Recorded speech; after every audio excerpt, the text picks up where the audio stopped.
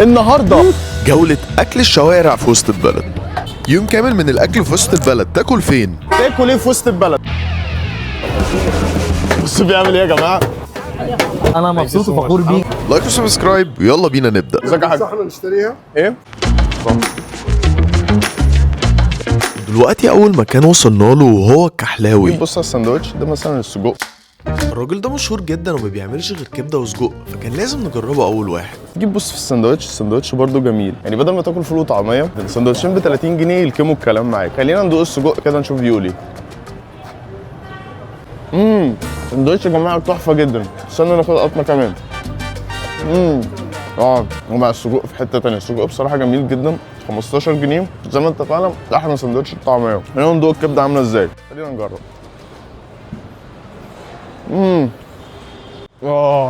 عجباني جدا يا جماعه الكبده. يلا بينا نكمل على اللي بعده. عجبنا الكحلاوي وكان لازم نروح نشوف المكان التاني بسرعة. دلوقتي يا جماعه وصلنا عند عمر الدمشقي. المكان غالي جدا بس احنا جايين علشان حاجة معينة، وده المنيو لو حابب توقف وتشوف الأسعار عنده عاملة ازاي. الكنافه النابلسيه، يلا بينا نخش نشوف بيقدم ايه. طبعا أول حاجة اخترناها هي الكنافة النابلسية لأن هو مشهور بيها جدا. اضطرينا نروح الصبح عشان بتبقى طازة عنده، حطينا عليها شربات وعسل بس مش هناخدها دلوقتي، هناخدها لما تطلع من الميكرويف. الايس كريم بكام بقى قلت لي؟ ب 30 وب 55. العربي اللي جوه بكام؟ انا عارف. الكنافة خرجت من الميكرويف وكان لازم نجربها. اخويا شكرا. طبعا جوسي شكلها يهبل. شايفين يا جماعه عامله ازاي؟ بلهلزه ومبهبزه. احلى حاجه ان هو بيحطها في الميكرويف علشان تبقى ايه ساده زي ما انتم شايفين. شايفين يا جماعه الجبنه عامله ازاي؟ دي حاجه جامده موت، وهي اصلا من هنا فوق طريه. بيحط بصراحه رشه فستق، هي مش اكتر حاجه بس طبعا كويس ان هو بيحطها. خلينا نجرب يا جماعه. صراحه الموضوع صعب قوي صراحه. شايفين عامله ازاي يا جماعه؟ اهي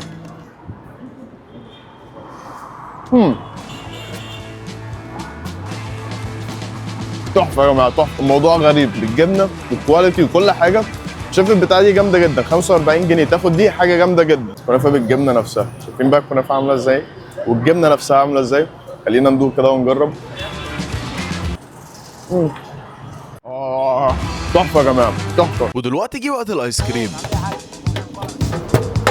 هو دلوقتي بيخبط على ايس كريم، كل ده ب 45 جنيه بس. الريحه من فوق دسمه جدا وحلوه. دلوقتي بيرش رشه فستق، بعد كده هياخد يملى الكوبايه، بعد كده هيملى الكوبايه تاني وهيبتدي يضغط عشان يتاكد ان مفيش فراغ تحت، وطبعا اهم حاجه يملاها فستق. 45 جنيه بس كميه الفستق اللي عليه تحفه جدا. كل الفستق ده ب 45 جنيه، دي حاجه كويسه جدا. بصوا حكايه دسمه جدا، تستاهل. انا ممكن اشتري دي كل يوم ب 45 جنيه، انا موافق. ممكن افطر بيها. 45 جنيه تحفه جدا. ازيك يا حاج؟ احنا نشتريها. ايه؟ بتعمل دعايه لها ولا؟ انا بجرب جوله اكلات الشوارع واللي بيعجبني بقى بحطه. حلو. عايز تدوق؟ لا هشتري واحده. انا عايزك تدوق. لا هجرب. لا هتدوق. خد بقى بالفستق وبالحنكشه وقول لي ايه رايك؟ ايه رايك؟ تحس فيها طعم المستكه كده، مش ايس كريم فانيليا مضروب، لا حلو صح كده؟ وبعد كده كان لازم نروح المكان اللي بعده. رحنا جاد اللي مهدور حقه، بجد كده عنده كل حاجه ممكن تتخيلها للاكل، بس احنا النهارده قررنا ناخد شاورما لحم. عنده الكبير وعنده الصغير، بس احنا برضو قررنا ناخد الكايزر اللي ب 45 جنيه. بصوا الشاورما يا جماعه عامله ازاي؟ هو عليها طحينه تحت وخلينا يحط توميه، لان انا بحب التوميه على الساندوتش. انا بقالي كتير ما اكلتش شاورما لحمه عند اي حد، فخلينا ندوق كده نشوف. لا ساندوتش جامد يا جماعه بصراحه. تصدق ميكس الطعميه مع الطحينه حلو جدا في الساندوتش. ساندوتش جوسي مليان حلو مش ناشفه. خضره 45 جنيه فقط، والكبير ب 95 او ب 85 حاجه كده. بس 45 تاكل ساندوتش زي ده صدقني مش صغير زي ما انت ما شايف. يلا بينا نكمل. يلا بينا. Good morning musicians. Today we have a sunny day. Clouds are really good. خلصنا جد. كان لازم نجرب عم عمر بتاع التمر هندي اللي انتوا شايفينه على الناصيه ده. هنروح نجربه دلوقتي. لو شايفينه واقف هنا كمان عند العبد. تعال ودي يا عم ودي. سلام. ده ايه تمر هندي؟ احلى تمر هندي في الدنيا. اخويا حبيبي 10 جنيه يا جدعان في اقصى سرعه. 10 جنيه. تعال ندوق.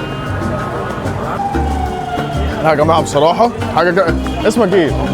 خاف دايما هنا. عموره يا جدعان، شايفين عموره في الستايل منه. 10 جنيه طرشمه. ما شاء الله حلو. اللي بعده اللي بعده. يعني طب انا عايز اكل جوز هند، تاكلني جوز هند ولا لا؟ ايوه بقول لك هجيب الشاكوش. 50 جنيه. قول. طب يلا يلا هات شاكوش. ايه لقيت الشاكوش؟ عالمي يا عم. قلت لي بقى الجوز هند بكام؟ 100 جنيه بس. 100 جنيه. طب انا مش عايز جوز هند، انا عايز مثلا نص ربع، وفي ممكن تديني ربع او نص. ماشي هعملها لك وهديك اعمل لك كوبايه. ماشي. كوبايه بكام بقى؟ كوبايه ب 50 بس. ودي يا شقيق كسر ما يهمكش.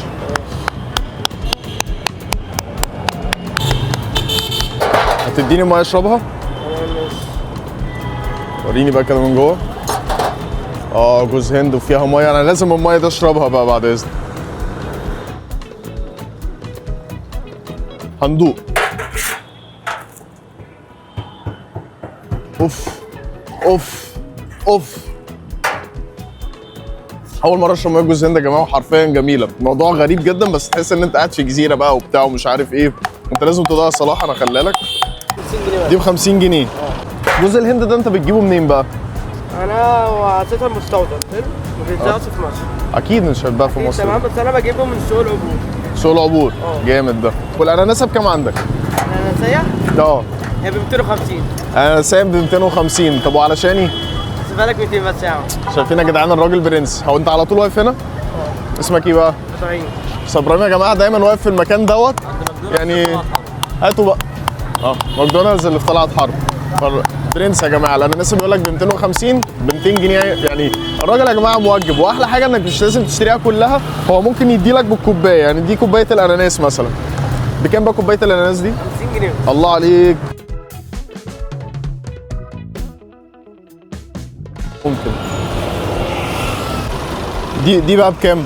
50 صح؟ جوز هند فريش ب 50 جنيه. عالمي. يعني جوز هند فريش هو ما فيهوش حاجه ان احنا نجربه ونقيمه، بس خلينا ندوق. يا ابن اللعيبه.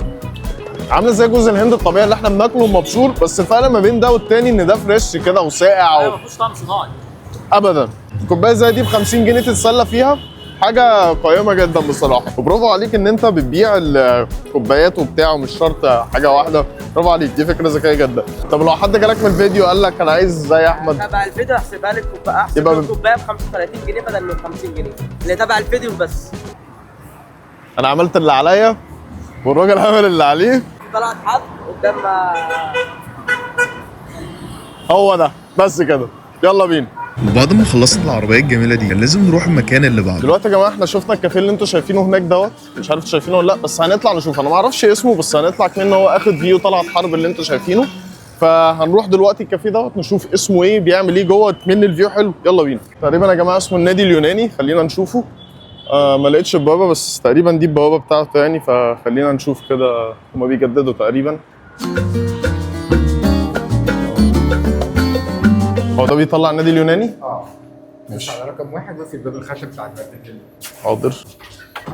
ده المكان يا جماعه في الهدوء منه خالص. ستايل. شايفين المكان عامل ازاي؟ ده البار، شجر، ناس بتاع مش عارف ايه. فيو حلو جدا، ناس جميله، كله بيشرب اللي عايز يشربه. احتفالات الكريسماس بتاع. جميل جدا الفيو. دي الترابيزه بتاعتنا بتاعت النهارده. وده حد بيلعب بيانو جميل جدا. بيرفكت. ده ايه الترابيزه بتاعتنا. وده الفيو اللي انتوا شايفينه بقى يا جماعه ايه من هنا زي ما انتم شايفين كده. تحفه جدا المكان يا جماعه. طلعت حرب اهو زي ما انتم شايفين. بس خلينا الاول نقعد نشوف نشرب ايه ونريح شويه ونشوف هنعمل ايه. احنا يا جماعه هناخد دلوقتي القهوه اليوناني ب 75، سعرها جميل جدا. وهناخد قهوه يوناني بالنوتيلا برده ب 75. ودي كل الاسعار بتاعتهم زي ما انتم شايفين كده. ولو جينا قلبنا الصفحه عادي فيها اسعار كتير لكل حاجه. عندهم عصاير فريش، عندهم هنا ميلك شيكس، عندهم هنا ايه كل الدرينكات اللي انتوا عايزينها زي ما انتم شايفين. حمام نضيف عادي جدا. حمام زي اي حمام. في علم يونان. انا مش فيه جوه، مش عايز اخش بصراحه. في هنا كل المكان اللي انتم شايفينه مكان كلاسيك جدا في نفسه. كل حاجه كلاسيك جميله، شكلها حلو جدا. وهنا برضو طبعا شكلها حلو. ومن ده الفيو اللي بياخدكم للايه المكان. واحنا قاعدين في البلكونه بره. وسنه التاسيس بتاعته لحد 2016. ما اعرفش فيه بعد كده ولا لا، بس اخر واحد خالص 2016. واول واحد خالص عام 1893 زي ما انتم شايفين. ده الزمن المكان ده قديم جدا زي ما انتم شايفين. كان لازم نجرب بسرعه عشان نروح للمكان اللي بعده. دي النوتيلا ودي البندق. انا مش عارف ليه النوتيلا جايه اصغر من البندق، بس يعني على حد علمي زي ما انا وصلاح اكتشفنا الموضوع دوت، النوتيلا عشان يمكن نوتيلا بقى وبتاع ومش عارف ايه فاصغر، فهي زي ما اتفقنا القهوه بندق اكبر. بس خلينا ندوق نشوف ايه. جرب طبعا القهوه النوتيلا بتاعت صلاح، مش حاسس بالنوتيلا. بس بالنسبه لي اوفرول الاثنين نفس السعر، الاثنين جمال، الاثنين حلوين، بس دي مفضله ليا اكتر. تشرب انهي بقى صلاح؟ كان لازم نسيب المكان ده ونروح على المكان اللي بعده. الكايروما، وده اهم مكان نشوفه دلوقتي. وصلنا دلوقتي يا جماعه الكايروما. وصلنا ايطاليا. اول لما توصل هتحس نفسك كانك في ايطاليا. الفايبس بتاعت المكان والانوار، حتى ريحه المكان ونظافته تحسسك انك فعلا في مكان مختلف. ده المنيو يا جماعه، ده المنيو لو حد عايز يركز في الاسعار في شكلها عامل ازاي. دي البيتزا اللي احنا خدناها ب 300 بفعلا، ودي الاسعار كلها لو انت عايز توقف وتشوفها شكلها عامل ازاي. بعد كده قبل ما ندوق ونجرب كان لازم نشوف الشيفات وهي بتعمل البيتزا بتاعتنا لايف، ودي احلى حاجه في الموضوع هنا. اول حاجه بيعجنوا العجينه قدامك، بعد كده بينزلوا بالصلصه المشهوره بتاعتهم السريه، بعد كده بيحطوا الجبنه الموتزاريلا المخصوصه بتاعتهم هنعرف قصتها، بعد كده بينزلوا بالريحان، بعد كده بيقطعها، بعد كده بينزل بزيت الزيتون الخام النضيف عندهم. وقبل ما ندوق البيتزا كان لازم نسالهم ايه قصه الجبنه. عايز بس اعرف اول سؤال، ايه الفرق؟ قطع الحته البيضه ديت بالظبط. دي الموتزاريلا نفسها. دي الفريش موتزاريلا هاند ميد، بتعمل عندنا كل يوم، بس احنا عندنا بنفضل نعملها بنفسنا عشان بيبقى عندها التكستشر المظبوطه. Signature. بالظبط، في يعني تويست غير بتلاقيه في الموجود يعني المنتشر. بس انا كان عندي سؤال، المكان ده مفتوح من امتى؟ احنا اتأسس فاتحين من 2015 ويمكن قبلها بشويه. في العماره هنا مكان جدي مولود وكبر، أوه. ومكان ما والدي كمان ده كبر. تراث. احنا هنا تراث من عائلي. 1900 من ايام الملك فاروق. اوه. واحنا عندنا انجريدينت وحيد ما بنقدرش نستبدله ابدا، اللي هو الوقت، اللي من تخميرنا، من تصنيع الحاجه، بنديكيت في الحاجه نفسها وهي بتتعمل. فدلوقتي يا جماعه طلبنا البيتزا بوفالا، فديت بوفالا يعني دي كلاسيك وان عندهم في ايطاليا، كلاسيك وان. واخدين بالكم دي مارجريتا عليها كذا حاجه زي ما انتم شايفين، زي ما انا بوريكم دلوقتي. كنتش فاهم ازاي متحمس ادوق لان المكان حلو جدا، الفايبس حلوه جدا. تعالوا ندوق بقى ونشوف. هناخد سلايس كده من هنا. بصوا يا جماعه عامله ازاي، كلاسيك وان يعني طبيعيه جدا. تعالوا بقى ندوق. جامده جدا يا جماعه. العجينه مختلفه طبعا، والجبن والخامات اللي محطوطه حلوه جدا، بالذات الريحان. بصوا يا جماعه عامله ازاي لما تيجي تشيلها. شايفين الجبنه عامله ازاي؟ دي الجبنه. شايفين العجينه عامله ازاي؟ العجينه حلوه. يا خرابي بجد تستاهل 300 جنيه. بعد ما خلصنا البيتزا الجميله ودقناها وقيمناها، قول لي. وكلمه اخيره، على كل الحب اللي انت اديتوني ده، ايوه انا عايز ادي لمتابعينا Of course, كلهم of course. اللي انا بقيت منهم كمان. حبيبي حبيبي حبيبي. هو he's حبيبي. very professional. Thank you. he's on spot. Thank you so عنده much. a very nice eye. بياخد so much. shots رهيبه. ثانك يو. يعني انا Thank you مبسوط so وفخور much. بيك أنا زي مبسوط. قد ما انت حبيبي، أنا مبسوط إن أنا مبسوط اتعرفت بيا. عليك انا مبسوط بيك النهاردة. اكتر، شكراً. صدقني حبيبي، بجد حبيبي. والله. شكرا، فرصه أنا سعيده. اتشرفت. أنا نروح أسعد. المكان اللي بعده. نروح المكان اللي بعده بقى. يلا اجي معاكم. لايك وسبسكرايب واستنى الجزء الثاني في وسط البلد.